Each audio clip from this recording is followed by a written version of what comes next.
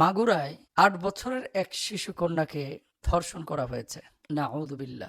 আমরা এমনও ঘটনা শুনেছি, এগুলো মুখে আনতেও তো লজ্জা লাগে। নিজের জন্মদাতা পিতার সঙ্গে পর্যন্ত এই জাতীয় কর্মকাণ্ড হয়ে যায়।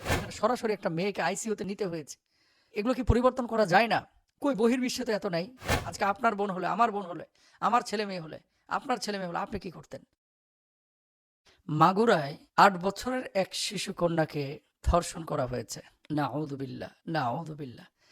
পবিত্র এক মাসে এরকম কার্যক্রম, এরকম কাজ যারা করে, এরা আসলে মানুষের কাতারের মধ্যে পড়ে না। আমি যখন এই নিউজটা দেখলাম নিজেকে ঠিক রাখতে পারি নাই যে মানুষ এতটা হিংস্র কিভাবে হয়, এতটা হাইওয়ান, এতটা পশু কিভাবে হয়। আজকে দেখেন একটা দেশে যদি আইন শক্ত থাকে, দেশ যে কত সুন্দর হতে পারে।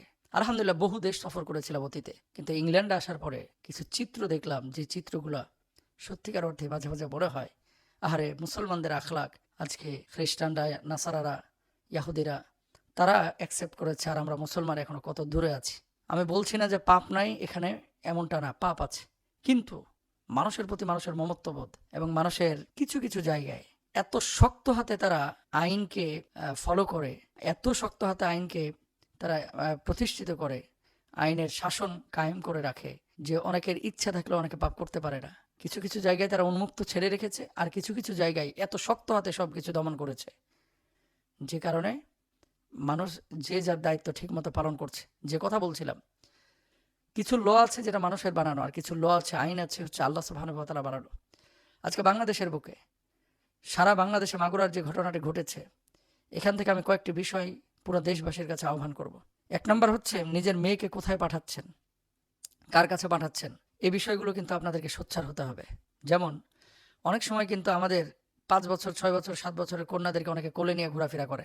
কাজিন এসেছে, বাস কোলে তুলে নিল, অথবা আরেকজন এসেছে, এসে কোলে তুলে নিল, অথবা তার কোলের ওপরে বসালো।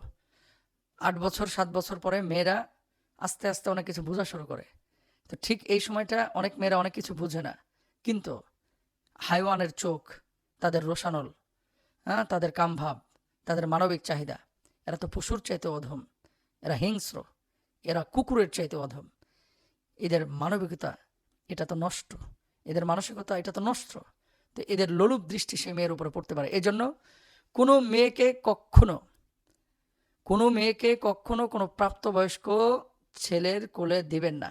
ইভেন বাবাদেরকেও বলবো, যখন মেয়ে প্রাপ্তবয়স্ক হয়ে যাচ্ছে আপনি পাশে বসান, তারপরে তার মাথায় হাত রাখেন, তার কপালে চুমু দেন, কোনো সমস্যা নাই। তাকে বিছানাটা আলাদা করে দিবেন। এবং নিজের চাচাতো ভাই, ফুফাতো ভাই, মামাতো ভাই আসলো, কোলে করে তুলে নিল, অথবা গায়ে হাত দিল, স্পর্শ করলো, এগুলো কখনো করতে দেবেন না। এটা বাবা মাকে খেয়াল রাখতে হবে। এটা কিন্তু রাসূল সাল্লাল্লাহু আলাইহি ওয়াসাল্লামের নিষেধাজ্ঞা আছে। ২ নম্বর বিষয়, আমরা অনেক সময় মেয়েদেরকে বিভিন্ন আত্মীয় স্বজনের বাড়িতে পাঠিয়ে দিই একাকী। এটা কখনো করবেন না, বিশেষ করে ৮ বছর যখন বয়স হয়ে যাচ্ছে। দুর্ঘটনা যখন ঘটে যায় তখন কিন্তু আমরা বুঝি হায় হায় কেন এটা করলাম।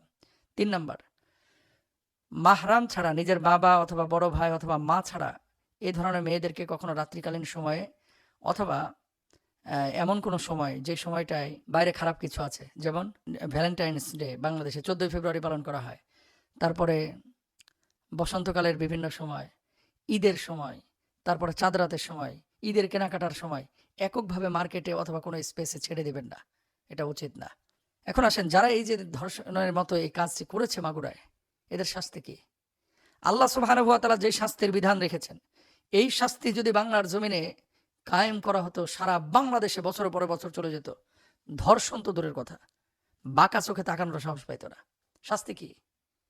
এরা ফ্যাসাদ তৈরি করেছে। আর আল্লাহ সুবহানাহু ওয়া তাআলা এই ধর্ষকদের শাস্তি কোরআনুল কারীমে, যারা ফ্যাসাদ তৈরি করে তাদের ব্যাপারে আল্লাহ সুবহানাহু ওয়া তাআলা নিজে বলে দিয়েছেন।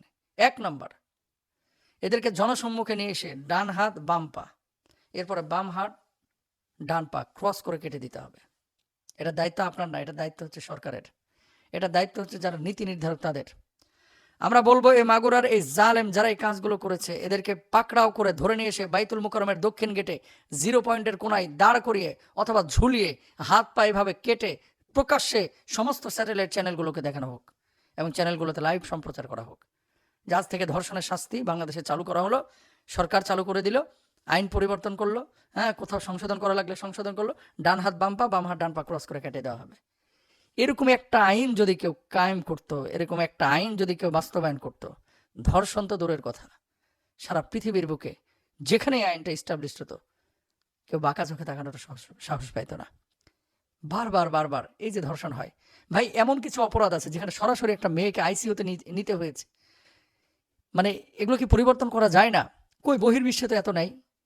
আপনি ইটালি যান, স্পেন যান, ফ্রান্স যান, জার্মানি যান, ইংল্যান্ডে যান, হ্যাঁ তারা চাইলে একে অপরের সাথে, যেহেতু অন্য ধর্মের মানুষ, আমি জানি না তাদের ধর্মে কি আছে, তারা লিভ টুগেদার করে, এই করে সেই করে, অনেক কিছু করে, ভিন্ন বিষয়। কিন্তু বাংলাদেশে কি যারা এই যে ধর্ষক, এরা কি আল্লাহর বলি? নাউজুবিল্লাহ, এরা তো বদমাশ, লম্পট। এরাও তো সুযোগ জোর করে যেখানে করতেছে, তাহলে যেখানে সুযোগ পাইলে এরা কি করতো? আল্লাহ মাফ করুক। বহির্বিশ্বে এই আমাদের এশিয়ার যে অঞ্চল আর আফ্রিকার কিছু অঞ্চল, মানে এই ঘটনা প্রায় দেখা যায়। একমাত্র কারণ হচ্ছে আল্লাহর আইনটা বাস্তবায়ন হয় না। জেলের মধ্যে রাখে 30 বছর 35 বছর পরে ফাঁসি হয় না, জামিন হয়ে যায় না। কিছু অপরাধ, কেউ কাউকে ডিরেক্ট হত্যা করেছে, এরকম যদি হয়ে থাকে তাকে সরাসরি শাস্তি দেন। ধর্ষণ করেছে, আজকে আপনার বোন হলে, আমার বোন হলে, আমার ছেলে মেয়ে হলে, আপনার ছেলে মেয়ে হলে, আপনি কি করতেন? সুতরাং মাগুরার এই মানুষের পাশে সবার দাঁড়ানো উচিত। এবং যারা কাজ করেছে, আমরা সরকারের কাছে দাবি করব প্রকাশ্যে এদেরকে ফাঁসিতে ঝুলান, এদের হাত পা ক্রস করে কেটে দেন, আর সব চ্যানেলগুলোতে দেখানোর ব্যবস্থা করেন। আন্তর্জাতিক বিশ্ব কি বলতেছে ও দেখেন না, অন্তত আমাদের দেশকে শুদ্ধ করার জন্য, ধর্ষণ মুক্ত করার জন্য, ধর্ষক মুক্ত করার জন্য 2-4টা ঘটনা এরকম ঘটানো উচিত। শাস্তি ক্রস করে হাত পা কেটে দেওয়া এবং তাদের প্রকাশ্যে মৃত্যুদণ্ড কার্যকর করা। শুধুমাত্র একটা বছরের দর্শনের হিসাব যদি আপনি দেখেন, হাজার হাজার নারী যারা হয়তো ভুক্তভোগী, অনেকে বলতে পারে, অনেকে বলে না, অনেকে মামলা করে নাই, তার উপরে অন্যায় হয়েছে, ভয়ে সে এটা মেনে নিয়েছে। এই যে একটা ছোট্ট বাচ্চার উপরে যে অমানবিক আইয়ামে জাহিলিয়াতের বর্বরতার মতো করে যে বর্বরতা প্রকাশ পেয়েছে, এই পদস্বিত বর্বরতার বিরুদ্ধে কথা বলা, এটা সুশীল প্রত্যেকের জন্য আমাদের দায়িত্ব। সুশীলরা এইসব বিষয় নিয়ে কথা বলে না, এই বাচ্চার ব্যাপারে দাঁড়ানো, কথা বলা, এটা আমাদের প্রত্যেকের জন্য দায়িত্ব। সেই দায়িত্ববোধ থেকে বলি, বোনের বাসায় তো একটা বাচ্চা মেয়ে যেতেই পারে, বোনের বাসায় যাবে না, যাবে কোথায়? তবে প্রত্যেকেরই উচিত বাচ্চাদের ব্যাপারেও সজাগ হওয়া, কোনোভাবে যেন আমার বাচ্চাটা কোথাও গিয়ে, এই যে বয়সটা, এই যে 9 বছর, এই বয়সের বাচ্চা মেয়েদেরকে একেবারে চোখে চোখে রাখা। আমরা এমনও ঘটনা শুনেছি, এগুলো মুখে আনতেও তো লজ্জা লাগে, নিজের জন্মদাতা পিতার সঙ্গে পর্যন্ত এই জাতীয় কর্মকাণ্ড হয়ে যায়। পৃথিবীর ভিতরে আর কি বাকি আছে বলেন? নবী সাল্লাল্লাহু আলাইহি ওয়াসাল্লামের হাদিসগুলা আমরা পড়লে দেখি পৃথিবীর সময়টা একেবারে শেষ হয়ে গেছে। নবী আলাইহিস সালাতু ওয়াস সালাম সতর্ক করে বলেছেন, এই দুনিয়ার পরিস্থিতি এমন হবে, ইল্লা আলা হুসালাতিম মিনান নাস, দুনিয়ার ভিতরে মানুষ থাকবে, তাকালে মনে হবে চোখ আছে, নাক আছে, মুখ আছে, মানুষের অবয়ব আছে, কিন্তু আসলে মানুষ নেই। পৃথিবীর ভিতরে এখন মানুষের বড় অভাব, মানুষ খুঁজে পাওয়া যায় না। মানুষ অনেক আছে, চেহারাওয়ালা মানুষ আছে, টাকাওয়ালা মানুষ আছে, দৌলতওয়ালা মানুষ আছে, আখলাকওয়ালা মানুষ নেই। আহসানুকুম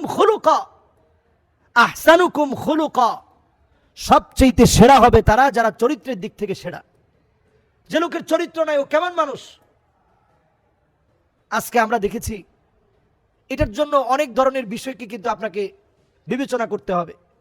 অনেক সময় যে শ্বশুরের কথা আসছে, এরকম বৃদ্ধ বয়সে অনেকের স্ত্রী মারা যায়, এরপরে তাকে আর বিবাহ শাদী করানো হয় না।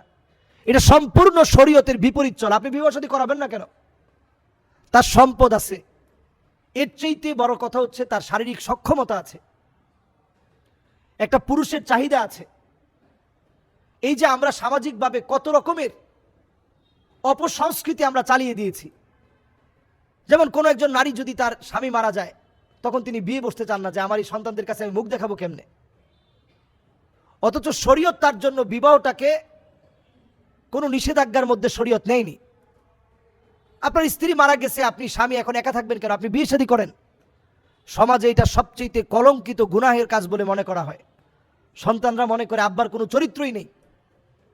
এই যে এখন যে অঘটনগুলো ঘটেছে, এই অঘটনগুলো কত মারাত্মক একটু চিন্তা করেন।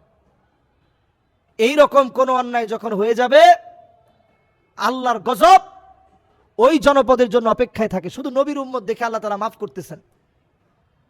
হাদিসের ভিতরে আসছে, আল্লাহ পাক কিছু মানুষের দিকে কিয়ামতের দিন তাকাবেন না, কথা বলবেন না, দয়া দেখাবেন না। এর মধ্যে অন্যতম শাইখুন জানেন, যেই লোক বুড়া হয়ে গেছে চরিত্র পাল্টায় নাই, বৃদ্ধ হয়ে গেছে চরিত্র পরিবর্তন করে নাই, বৃদ্ধ হয়ে গেছে আখলাক ভালো বানায় নাই, এমন লোকের দিকে কিয়ামতের দিন আল্লাহ তাআলা তাকাবেন না, কথা বলবেন না, দয়া দেখাবেন না। মাআযাল্লাহ, আল্লাহর কাছে আমরা পানা চাই। যেই ঘটনা হয়েছে মাগুরাতে, আমরা দৃষ্টান্তমূলক শাস্তি চাই। শুধু মাগুরায় না, অনেক জায়গাতে আমাদের ছোট বাচ্চারা অনিরাপদ। এক্ষেত্রে আমি বলবো, ছোট বাচ্চাদেরকে ছোটবেলা থেকেই হিজাবে অভ্যস্ত করেন, ঢিলাঢালা পোশাক পরান, প্যান্ট শার্ট পরানোটাকে একেবারে আপনি বন্ধ করে দেন। ঢিলাঢালা পোশাক পরিয়ে সবসময় নজরে রাখেন। খেলাধুলা কার সাথে করছে, কোথায় যাচ্ছে, প্রত্যেকটা বিষয় এই সময় খেয়াল রাখা উচিত। এবং এই রকম কয়েকটা বিষয়ের যদি দৃষ্টান্তমূলক মৃত্যুদণ্ডের যদি রায় শোনানো হয়, এই কয়েকটা ধর্ষণের শাস্তি যদি মৃত্যুদণ্ড হয়, বাংলাদেশের ধর্ষণ একেবারে জিরো টলারেন্সে চলে আসবে। শুধু যদি কয়েকটা শাস্তি দেওয়া হয়, আমি বলবো অনতি বিলম্বে এই বিষয়টা খতিয়ে দেখে এই বিষয়ের জন্য তদন্ত করে শাস্তির আওতায় আনা হয়, এবং আমরা প্রত্যেকেই আমাদের বাচ্চার ব্যাপারে সজাগ থাকি, সচেষ্ট থাকি। আল্লাহ তাআলা যেন আমাদের এই কলিজার টুকরা বাচ্চাদেরকে নিরাপদে রাখে।